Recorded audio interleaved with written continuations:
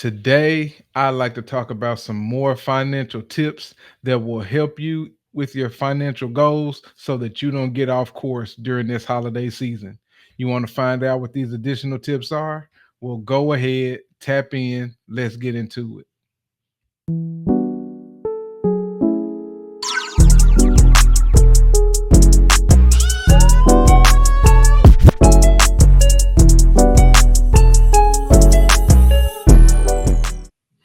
Even though we're in a season of spending, we have to always make sure that we're keeping our financial goals in mind.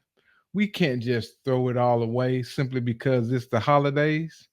We have to make sure that we're consistently taking steps forward and not taking any steps back.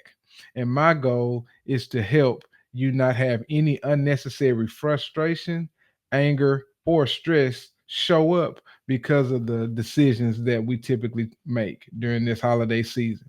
So, with all that being said, let me hop into the first tip that we want to talk about today. The first tip that we want to get into today is just simply purchase what you can afford.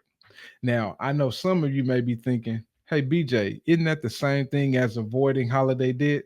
It actually isn't. It's two different mindsets. Avoiding holiday debt is you buying things no matter what the cost is. Paying for things that you actually can afford is simply you sticking within a budget.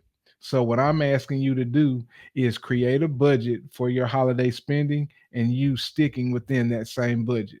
I promise you, your future self will be extremely happy you made this decision.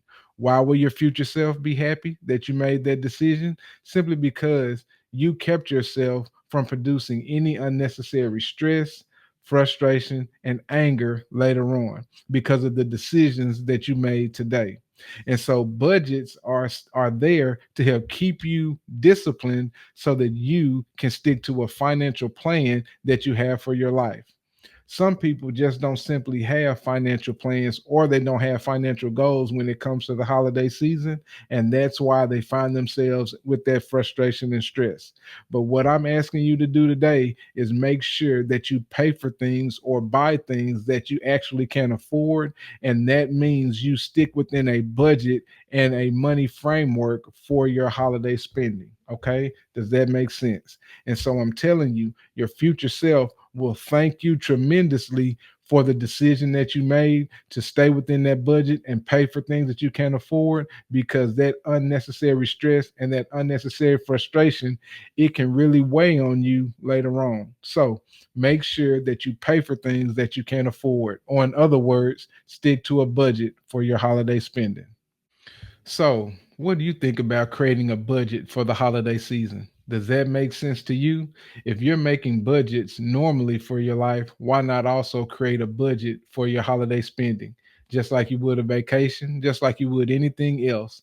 I think creating a budget for the holiday season will help us stay away from any undue stress. I'd like to know your thoughts about that down in the comment section. What are you thinking about that tip to help you through the holiday season? Let's start that discussion down there in the comment section. And while you're doing that, why don't you go ahead and do me a quick favor? Why don't you go ahead and hit that like button?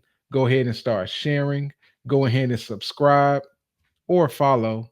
And if you don't mind, go ahead and hit that notification bell so that you can be alerted every single time we drop a new video. We appreciate it in advance. Now, let me give you another tip that I think will help your holiday spending and help you have a better Christmas season. The next financial tip that I'd like for you to consider is doing something meaningful for somebody rather than expensive. And I want to take a little minute to break all of this down. Sometimes we like to just throw money at things, and that doesn't work most of the time, or that doesn't work sometimes.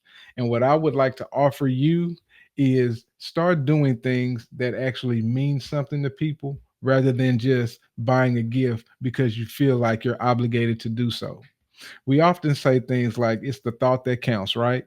Well, what I would like for you to do is maybe you should invest more in experiences and doing things that mean something to people rather than just giving them a Christmas card with some money in it or just giving them a gift card to a place where they can go eat.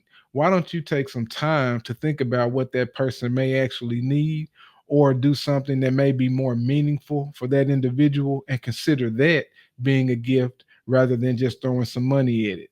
And the reason why I'm saying it is because you could be jeopardizing your finances, but you could be jeopardizing your finances and not even know that that's not even something that somebody even wants or desires or could mean more to them with a meaningful gift rather than just throwing that money at it. I hope that makes sense.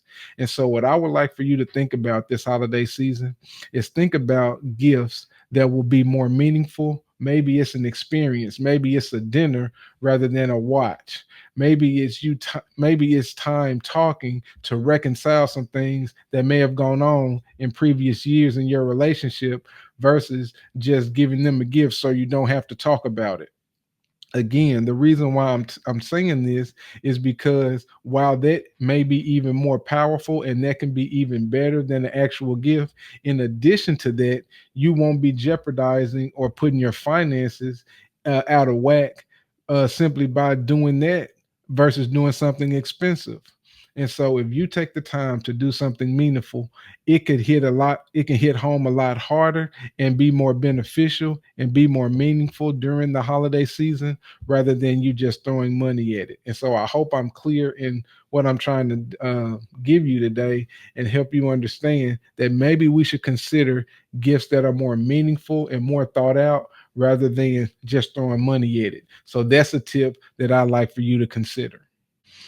I know some of you all think that that may not be an actual gift, giving something to somebody that's meaningful rather than an actual physical gift, but you may never know what can mean more to somebody than an actual Christmas gift.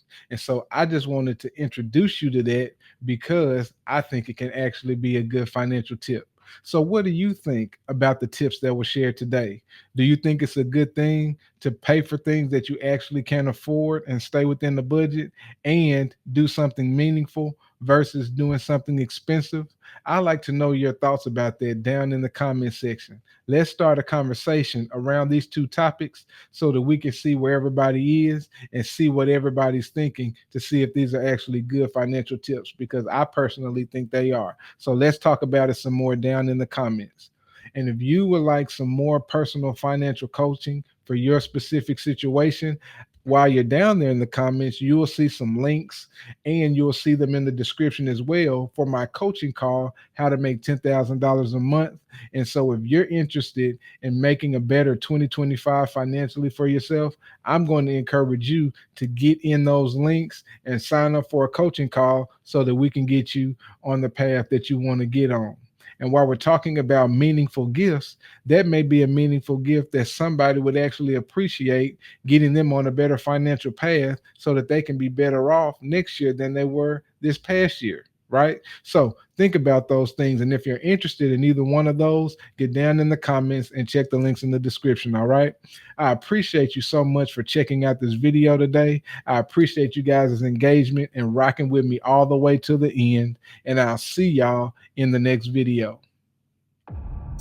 Make sure you like, make sure you subscribe, and hit that notification bell for more content. Peace.